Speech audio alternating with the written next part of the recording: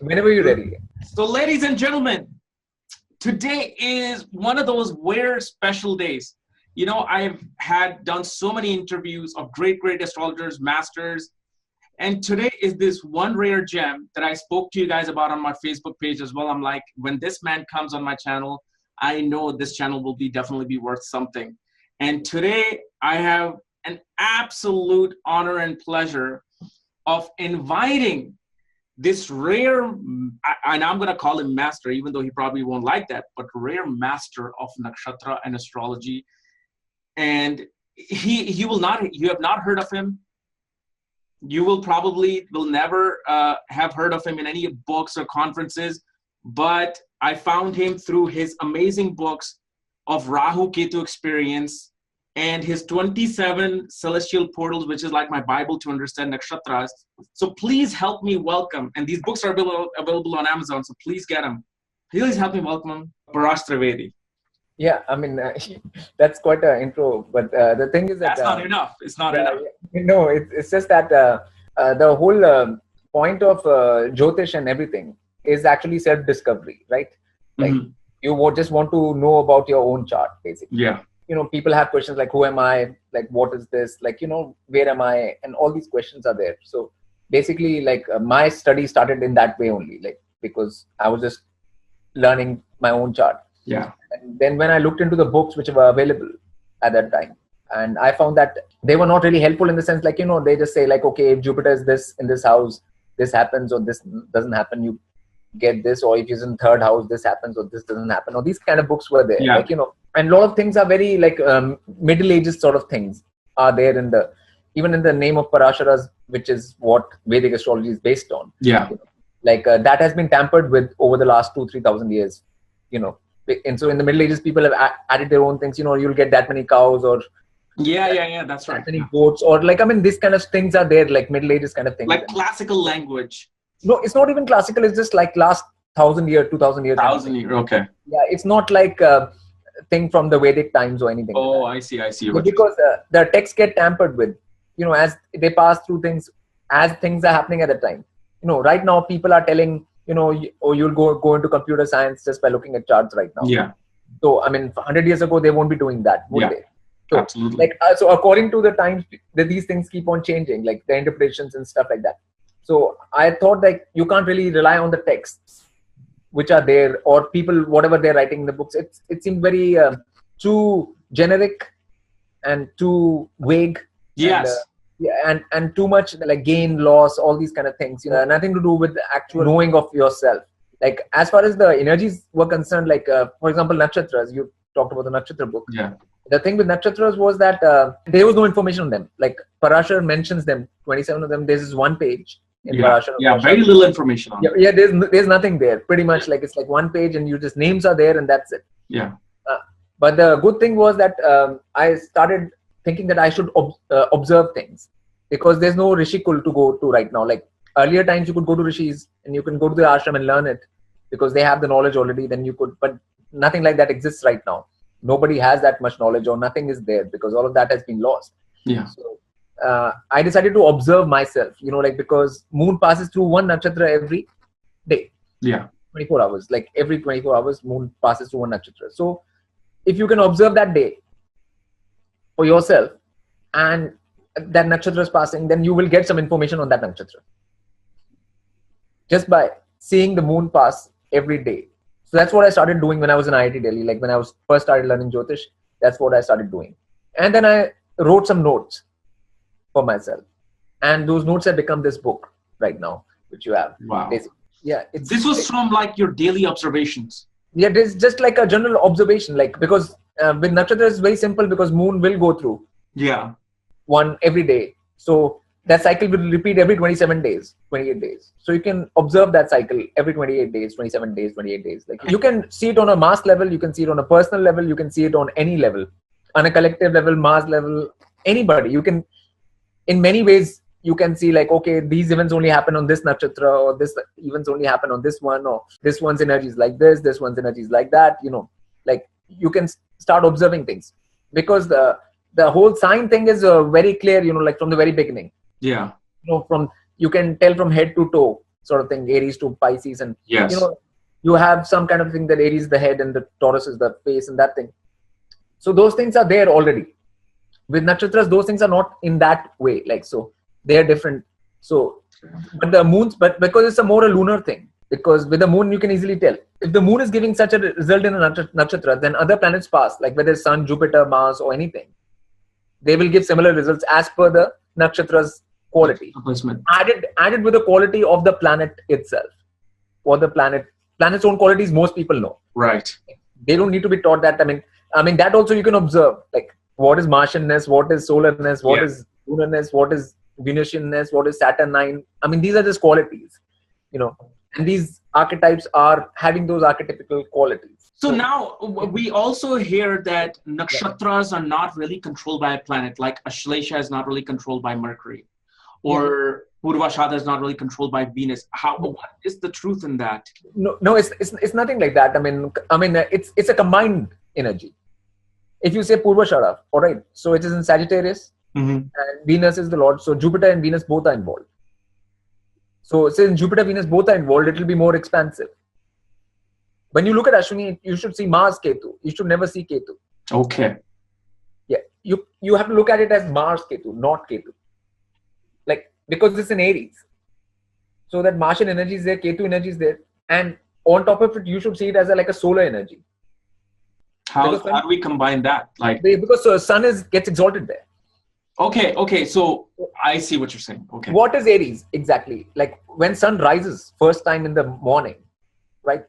What's called Usha, first Kiran, first rays.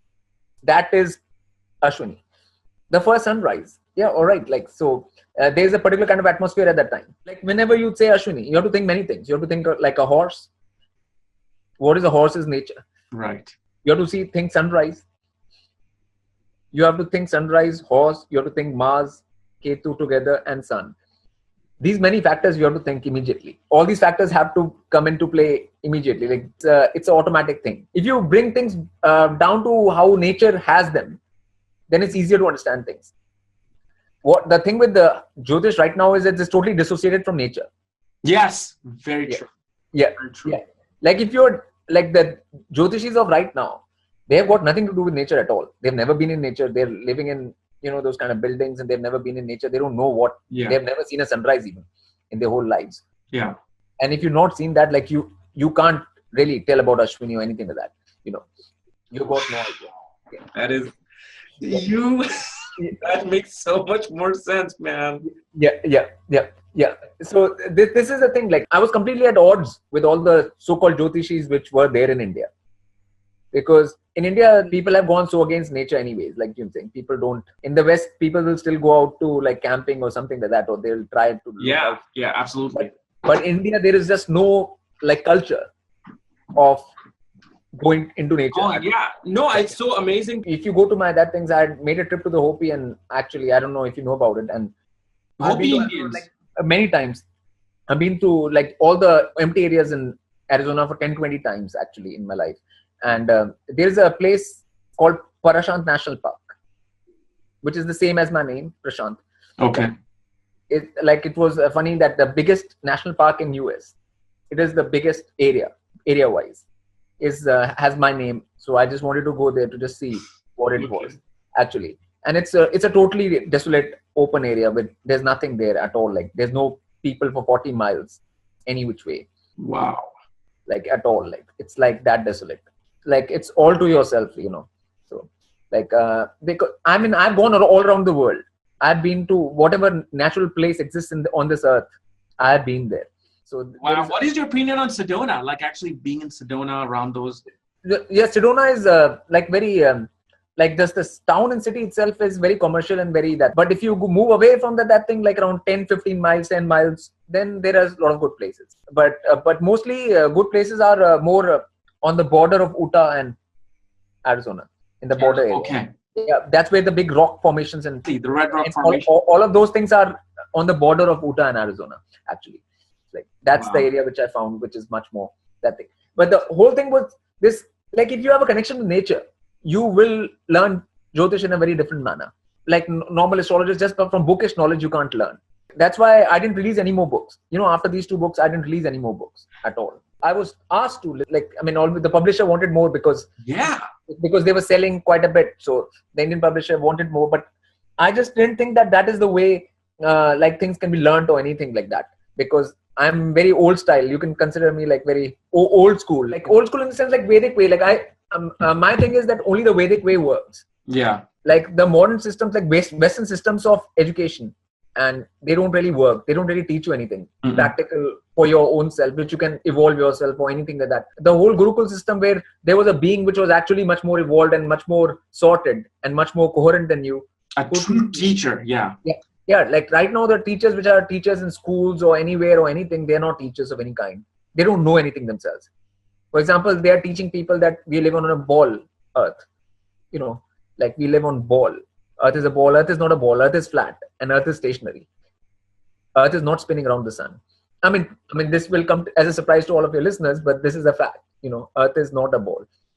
Wow. And Earth is stationary. And all of Jyotish is based on Earth being stationary.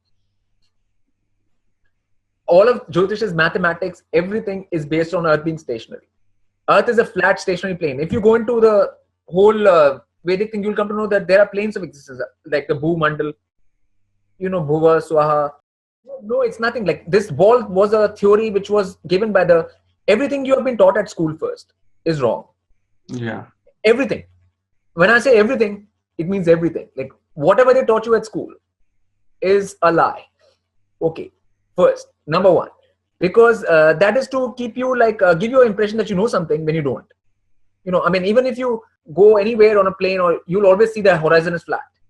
You go anywhere on Earth, even if you look at the flight routes, you'll come to know that there is no round the world flight which goes in that way. If you look at flight routes, you'll come to know that Earth is flat. People in Chicago, they can, across the lake, they can see the city.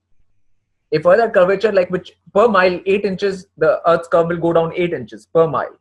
So if you're looking 40 miles, so it'll be 40 multiplied by 8 inches. That's how much the thing will be going down. Things should be 100 feet below, 200 feet below, over a line of sight of 40 miles. But you can still see the city. What is at the bottom? What is there? How is it hanging? Well, that's where the planes, that's where Patal came. The whole concept of Patal. Patal is what the demons are. They're not demons exactly. According to the Vedic things, they're not called demons, right? Nagas live in Patal too, but there are various kind of beings which exist. Now the modern thing, they know that now they call them aliens. There are new terms which come. People living in the earth. Yeah. So, but hollow earth is a concept which is from flat earth only. The thing was, they wanted to give us an impression that we are just on a little ball floating away in space somewhere aimlessly.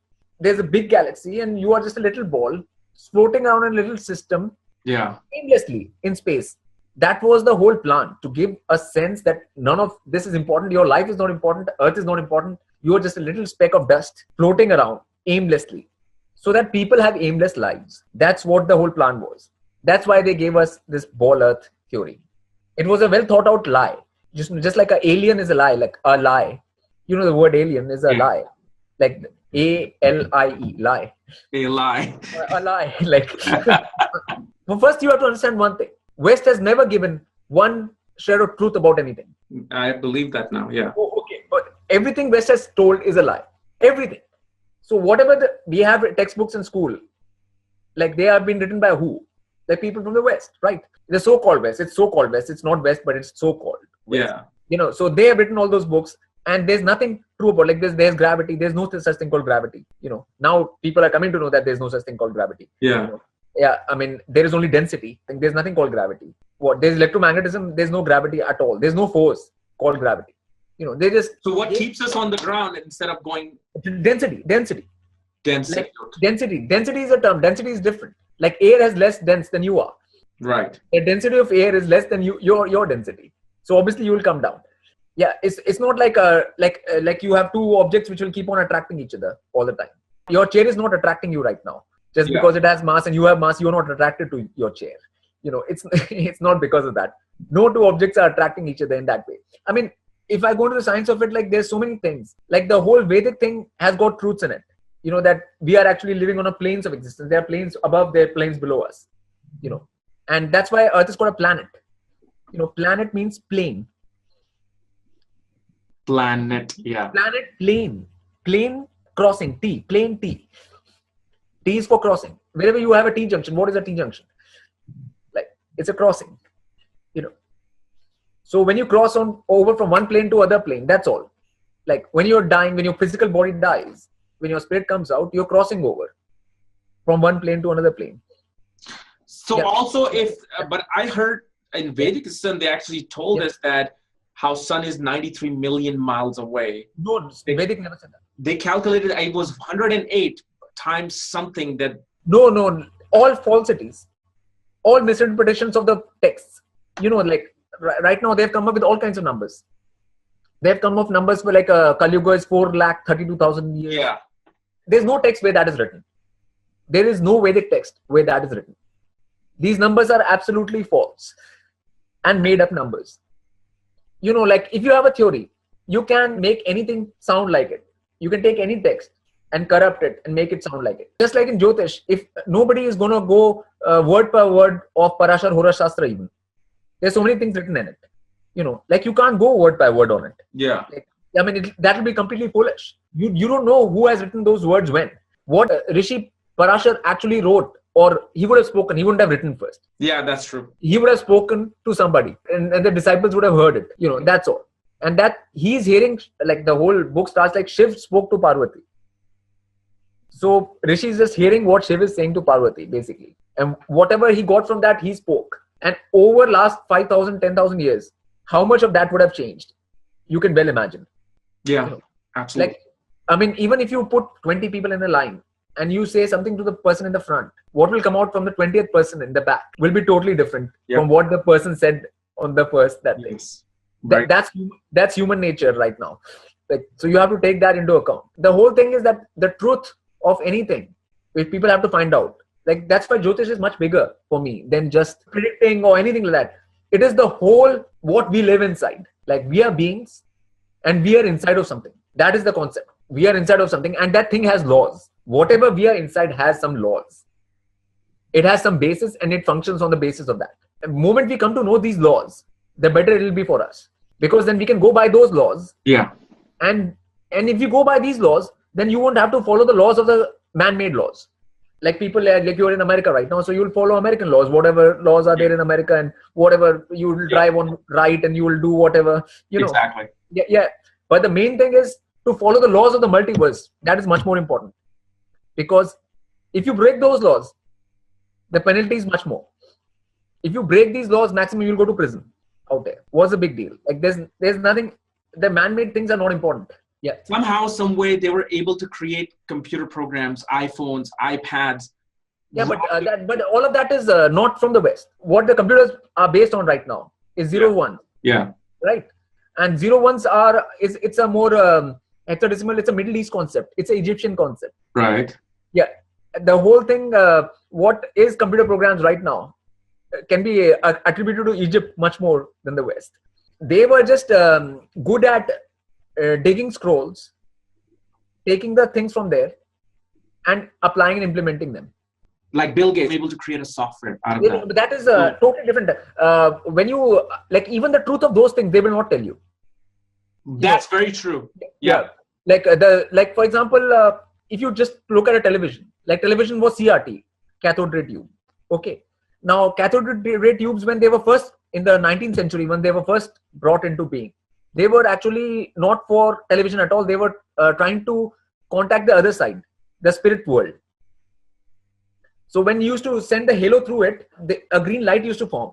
And spirits could actually communicate to you by writing letters on that green light. What? So that is the truth of what television is. Became television later, So, there's an occult significance to every technology which you know of right now, which they won't tell you at school. Right now, people don't really know how things work. If they have a chip inside your computer right now, you won't know exactly how that chip works. Yeah, exactly. Yeah.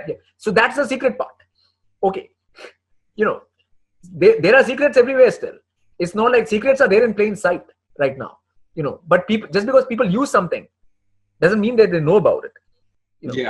Yeah, absolutely true. And on software level is a very surface level thing. That's where all of Indians are, in the software level. That's not where it's at. Everything is at the hardware level. That's where the real secrets are. Yeah. Not at the software level. There's nothing that any monkey can do. Once you teach it a language, that's just language. And that's just language, yeah. You learn English, you learn Sanskrit, you learn Tamil, or you learn Bangla, or exactly. It doesn't matter. That's on another level completely. The actual esoteric occult secrets of technology are not known to people, and what it is for, even the whole thing. Like, for example, if I told you that, like, why Ethernet is called Ethernet that thing is because it is connected to the ether. You think internet is not connected to the ether? It is connected to the ether. That's why the thing which is called Ethernet. Yeah. Wow. Yeah. Because it is connected to the ether. But that they'll not tell you.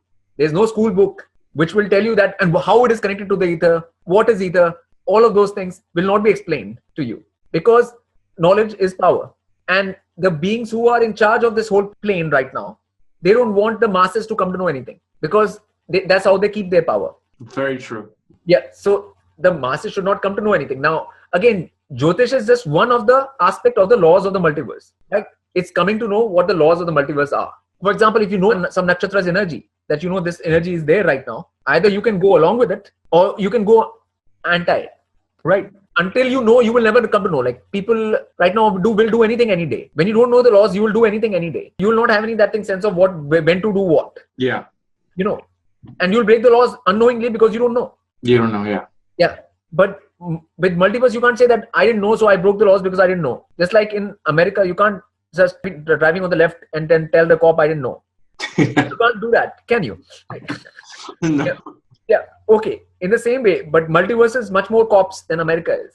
The power of those laws is much more important. And that's something which Indians definitely need to understand. Because Indians follow rules and laws of this world. The man-made laws, which people have made and which are not important.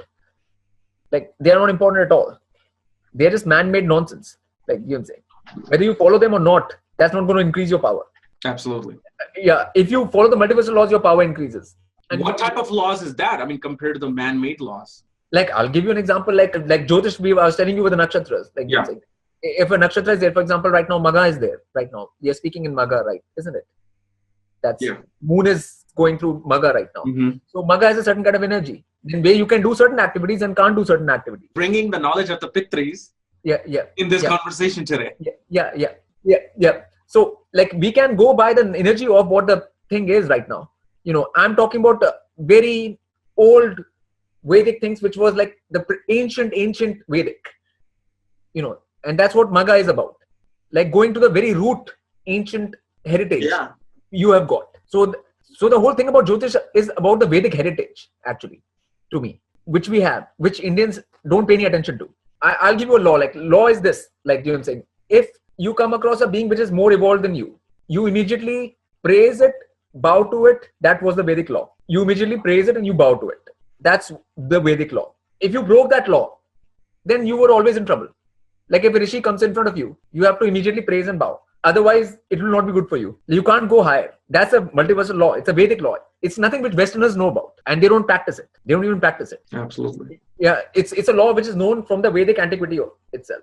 When I was growing up, when I was 10, 11, I read Amar Chitra Kathas. You know Amar Chitra Kathas? No. These are these comic books, which have all the Vedic stories in comic books. Okay. That was my first learning about the laws of the multiverse. What the actual laws are. All the stories are there. From that, you come to know how to behave. What is the behavior required between any beings? Beings are here. We are inside something. We are inside this multiverse. We are inside this Brahmand. You can call it anything, and there are beings. How do we behave with each other? What do we do? Like, how do I behave with myself? How do we behave with others? Like you say, all that is as per the multiversal law, which was based on higher and lower. I mean, in Vedic things, there are higher beings and there are lower beings. There are more powerful beings and there are less powerful beings. You can put it any which way. But the Westerners in the West, they didn't want people to evolve, so they took out the whole higher and lower. Everybody's equal. They brought out nonsense like everybody's equal, which is not. Everybody's not equal in the West even. Like, that's why they're giving gold medal to somebody and bronze medal to somebody. Some people are so rich and some people are so poor in the West even. Like, there are all kinds of classes and castes in the West as well. Yeah, but they don't talk about it. But they would like to give the illusion to the masses that everybody's equal. When nothing works like that, actually, in reality. In reality, nobody's equal. And that's a fact. But they want to give this delusion and illusion so that people don't know how to behave with each other. Wow. And they'll behave in a wrong manner. And in that way, when they behave in a wrong manner, they will actually bring bad karma onto themselves and they'll go lower. And the lower your status, the more of a slave you will be to the system. That is very true. Yeah. So the whole point is to create slaves. And what do you have to do to create slaves is reduce their power. And how do you reduce their power? By cutting them off from multiversal laws. Wow. That is... Yeah. You're like the David Icke.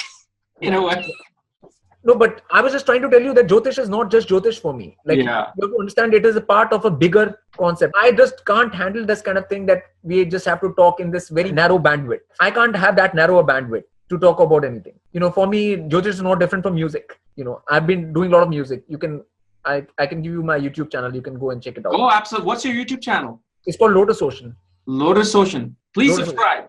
Yeah, LotusOcean. You can go out there. To me, I made different sounds for each planet. I'll have made sounds for man, I gotta check that out. For Sun, for Jupiter, for Saturn, for Mercury, for everybody. I made sounds for different nakshatras even. What Dhanishtas, Sonics are like, Shadbishats are like, Purvabhat, but everybody's. Yeah, you experience it. When you experience it, then you know what it is. Internally, you know it. If you are living with a person, for example, like you are living with whosoever people, you know that people because you know them. You've been dealing with them. Nakshatras are for experiencing. Yeah. If you experienced it, then you can put it into music and you can put it into verbal form. You can put it into many forms. In nakshatras, how there are 4 padhas. Yeah. What do you give any meaning to? Okay, padha 1 should mean this, like dharma, karma, moksha. I mean, what? No, nothing like that. No, it doesn't work like that. Okay. You have to go by exact that things. What nakshatra? For example, if you're dealing with the 4th pada of, say, Jeshta, that will be a Gandanta pada. Water signs going into fire signs. Yeah. But there's a logic for it. So you don't have to learn that from a book. You have to use your own logic in the sense that whenever fire and water will meet together, things will be combustible. Like in nature, if you put water into fire or fire into water, you immediately get a psh, like that thing. So that happens where Scorpio and Sagittarius are meeting. Scorpio is water sign, Sagittarius fire. And the end 4th pada of that is 27 degrees to 30 degrees. 0 degree to that thing. There will be combustibility there. So those padas, like you can't say the 4th pada will be same for every nakshatra.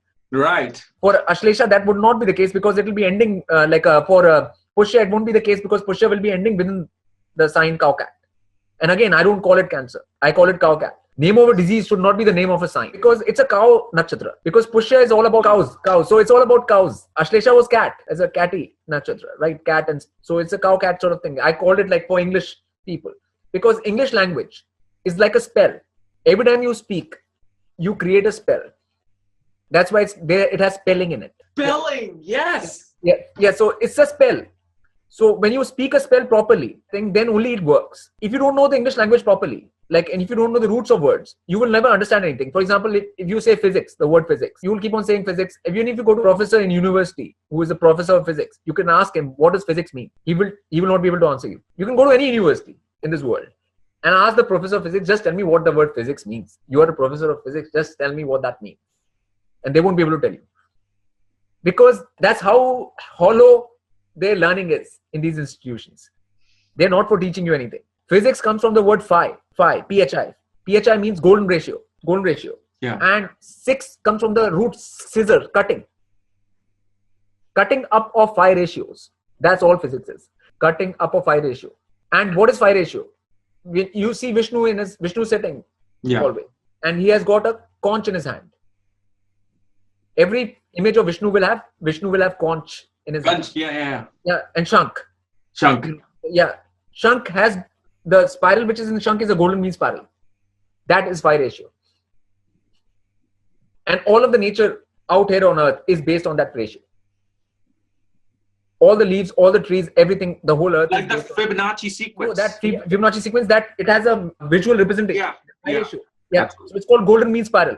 So that's what phi ratio is. So they will not teach you this at school. Even if you take the word chemistry or any word, chemistry, biology, anything, chemistry, you won't know what chemistry means. Chemistry comes from the word chem. Chem was an Egyptian word. History of chem. Chem means blackness. History means the history of blackness from the black void from which the universe came out. That's what it means. All of these things are not taught to people. Do you know what I'm saying? No, absolutely not. Yeah, because that's where power lies. And Jyotish is connected to that. Like, I mean, you can't be a Jyotishi if you don't know the English language properly from inside out. And if you don't know Sanskrit properly, you can't be Jyotishi either. And when I mean Sanskrit properly, it doesn't mean that you say 100 shloks all the time from your mouth. You have to know the root of things. Like when you say ka. Ka is the first of Devanagari script. What is it? Ka, ka, ga, ga? You know, Yeah. So ka is the first word, right? What is ka? Like people don't know what ka is. Ka means charge. Charge, like electricity, charge. Electric charge, okay. Charge. Like, which became ka in Egyptian. Which became Kabbalah. Kabbalah. Which became Kaaba of the Muslims. Kaaba. What is Ba? Ba is vehicle. A vehicle. So charge vehicle. A vehicle on which charge flows. Charge. If you know the nakshatra where the word ka is, will be in Adra. Each nakshatras are associated to different letters. And how that energy corresponds to that, you will have to know all of those things. Mm-hmm. So what I'm saying is Jyotish actually connects to linguistics and everything. It is not separate from linguistics even. If you don't know those things, you can't know about nakshatras. It's all interconnected and interwoven. The whole thing. Wow. Yeah. So the subject is very vast in that way. You have to know the numbers, you have to know numerology for sure. You have to know linguistics, root meanings of letters from the very basic core, what they are. Word makes the world. Word makes world. L. If word and world is only, and L is different. Only one L is different, isn't it? Yeah. But what is L? L just means turning. You're taking a turn. Yeah. Yeah. L is just a turn. Which is the word L meant the turning from light to matter or from matter to light. So that's how word made the world. And that's how that transformation took place. You can either turn a circle into a line or line back into circle. That's like with this knowledge that you have, I feel like you're this character from that movie They Live, where you wear the glasses and you see the people.